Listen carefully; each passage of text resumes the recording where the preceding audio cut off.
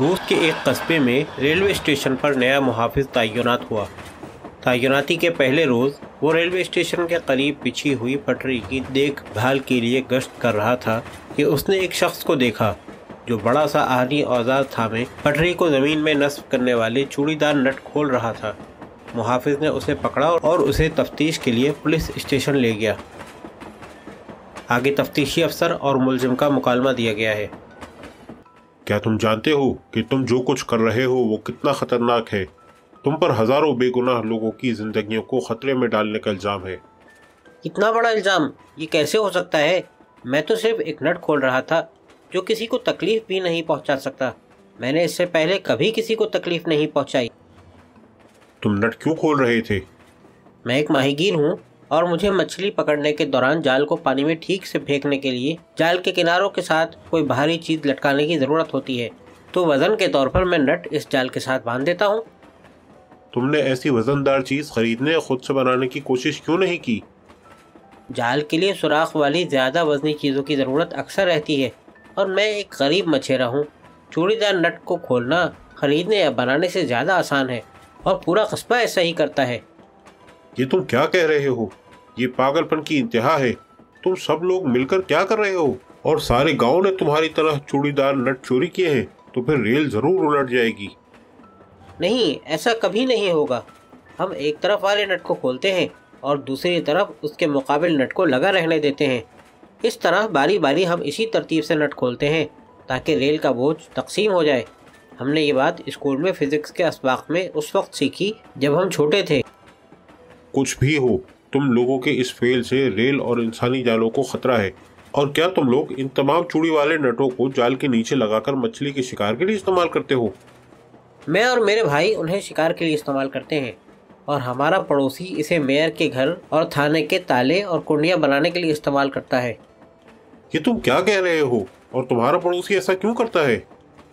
Mayor نے اسے اپنے گھر اور تھانے کے دروازوں کے لیے نئے تالے بنانے کو کہا، لیکن اس میئر نے اسے پیسے نہیں دیے، اس لیے اس نے بغیر کسی خرچ کے تالے بنانے کا طریقہ سوچا، اور اسے اس سے بہتر کوئی چیز نظر نہیں آئی۔ ٹرین کے چوڑی دار نٹ، اور وہ بھی خالص لوہے کے۔ بلا شبہ اس کے پاس اور کوئی حل نہیں تھا، لیکن میئر نے جب وہ چوڑی دار نٹ دیکھے تو کیا اس نے تالا ساز سے پوچھا کہ تم نے انہیں بنانے کے لیے رقم اور سامان وغیرہ کا بندوبست کیسے کیا؟ نہیں، میئر کو کوئی پرواہ نہیں تھی، اسے صرف نئے تالوں سے غرض تھی اور وہ اسے مل گئے۔ ہم خدا کا شکر ادا کرتے ہیں کہ ہم نے کوئی بڑی آفت آنے سے پہلے ہی سارا معاملہ دریافت کر لیا۔ میں اس قصبے میں بچھی ریل کی پٹری پر پہرا دینے کا حکم جاری کروں گا تاکہ آئندہ کوئی چوڑی دار نٹ کو کھول نہ سکے۔ مجھے لگتا ہے کہ یہ ہمارے لیے کوئی خاص مسئلہ نہیں ہوگا، کیونکہ ہمیں اپنے ساتھ والے گاؤں سے چوڑی دار نٹ مل جائیں گے، ہم ان سے سستے داموں خرید لیں گے۔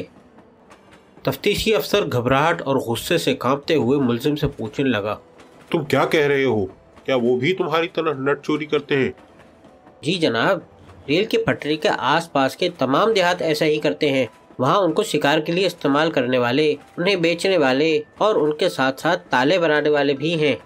ہم سب ایسا کرنے پر مجبور ہیں، جیسا کہ ہمارے پاس کوئی متبادل وسائل نہیں ہیں، حتیٰ کہ ہمارے پاس سستی ترین چیزیں خریدنے کے لیے بھی پیسے نہیں ہیں۔ اس لیے ہمیں اپنی بقا کے لیے ریل کے چوڑی دار نٹ کو ہی کھولنا ہوگا۔ اگر سرکار تم لوگوں کی معقول تنخواہیں مقرر کر دے تو کیا تم لوگ چوڑی دار نٹ چوری کرنا چھوڑ دو گے؟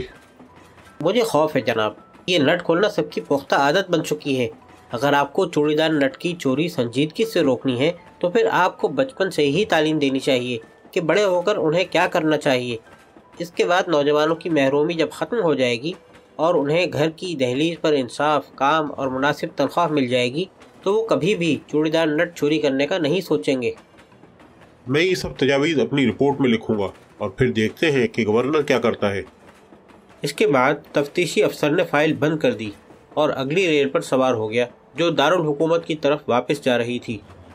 کھڑکی سے باہر جھانکتے ہوئے تفتیشی افسر اپنے آپ سے کہنے لگا، کاش ہم جلد از جلد فیصلہ کر لیں، کیونکہ معاملہ انتہائی خطرناک ہے۔ معاشی محرومی اور دکھی لوگ یہ کسی بڑی تباہی کا باعث بن سکتے ہیں۔